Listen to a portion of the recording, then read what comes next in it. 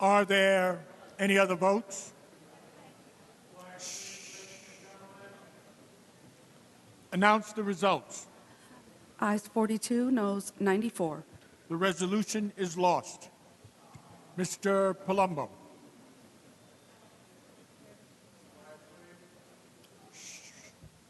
Thank you, Mr. Speaker. I offer the following resolution, waive its reading, move its immediate adoption, and request the opportunity to briefly explain it, please. Clerk will read. Resolution number 835, Mr. Kolb, Assembly Resolution amending Section 5 of Rule 3 of the Assembly Rules in relation to the introduction of resolutions. Mr. Palumbo on the resolution. Thank you, Mr. Speaker. Good government starts with good process, and the burden of providing resolutions in advance is certainly overcome by the ability of legislators to research, review, and consider them before voting. The amendment contained in this resolution is a small step toward that important goal. This resolution would amend our existing rule requiring that before the House can vote on a resolution, copies of the resolution must be placed on each member's desk at least 3 days prior to such vote.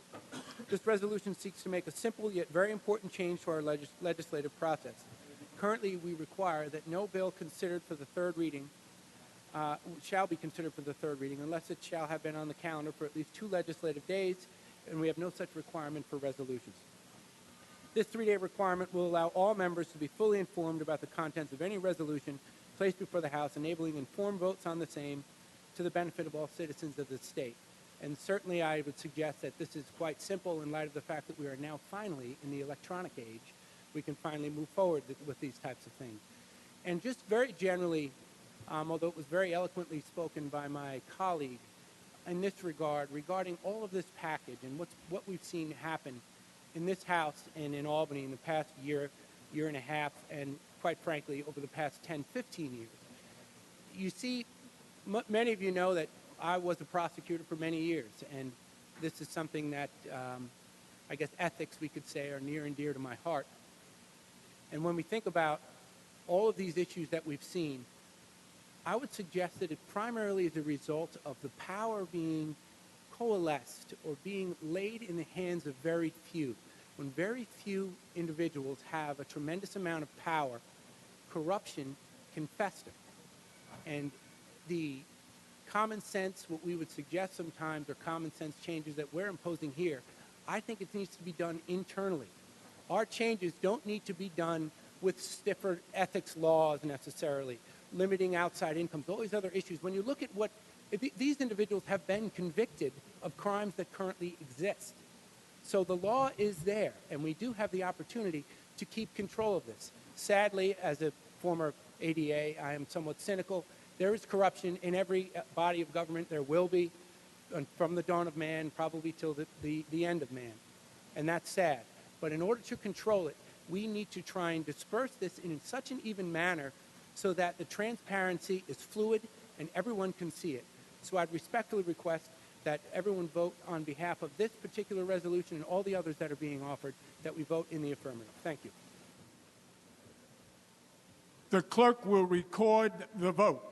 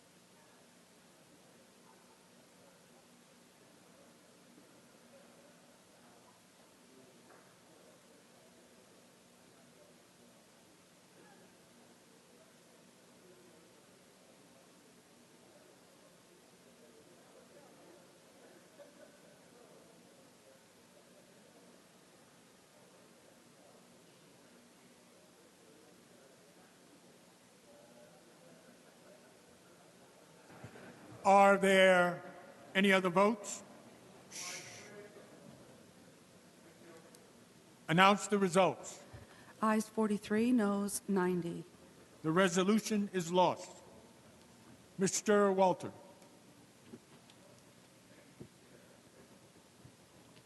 Thank you, Mr. Speaker. Mr. Speaker, I offer the following resolution, waive its reading, move its immediate adoption, and request the opportunity to briefly explain it. Clerk will read.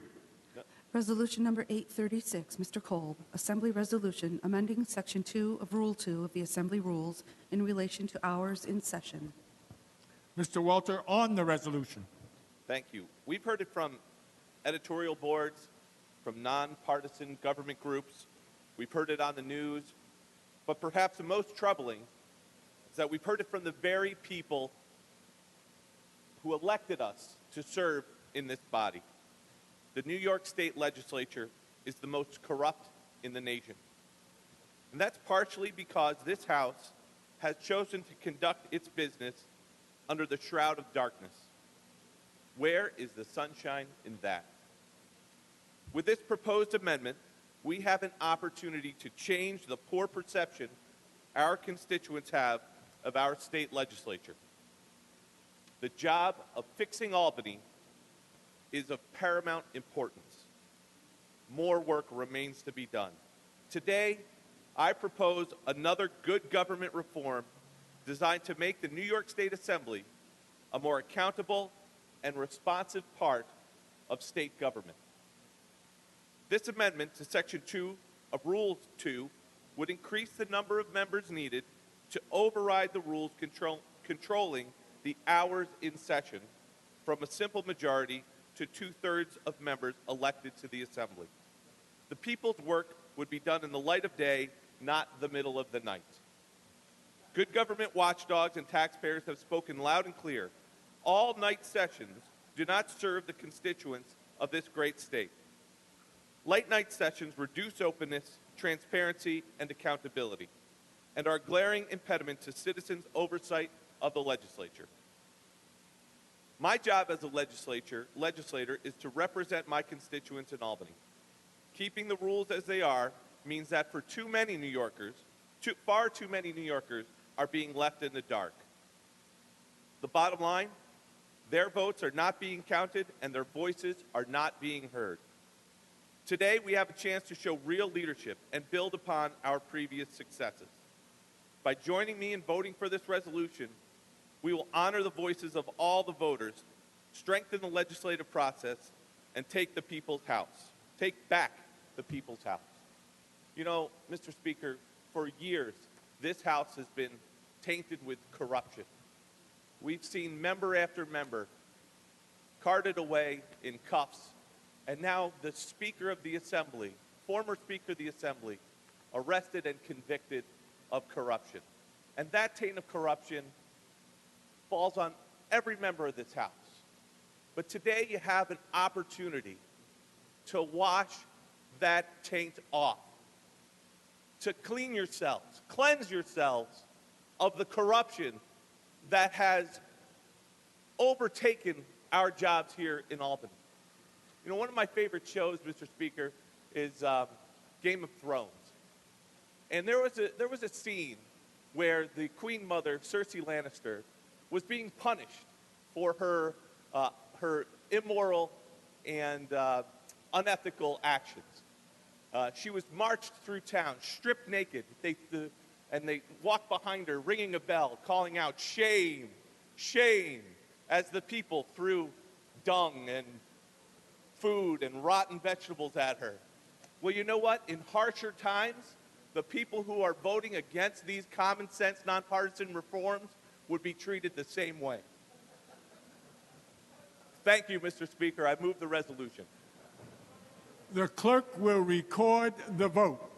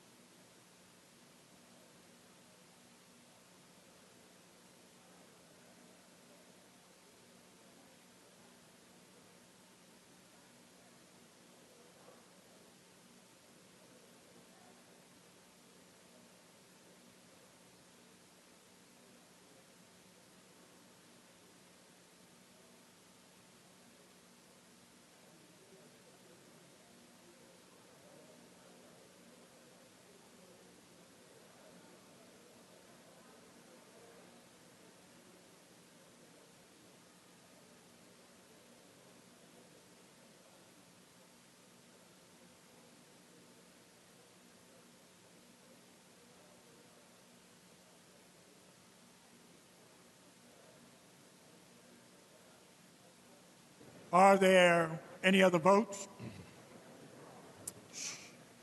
Announce the results. Ayes 41, noes 88. The resolution is lost.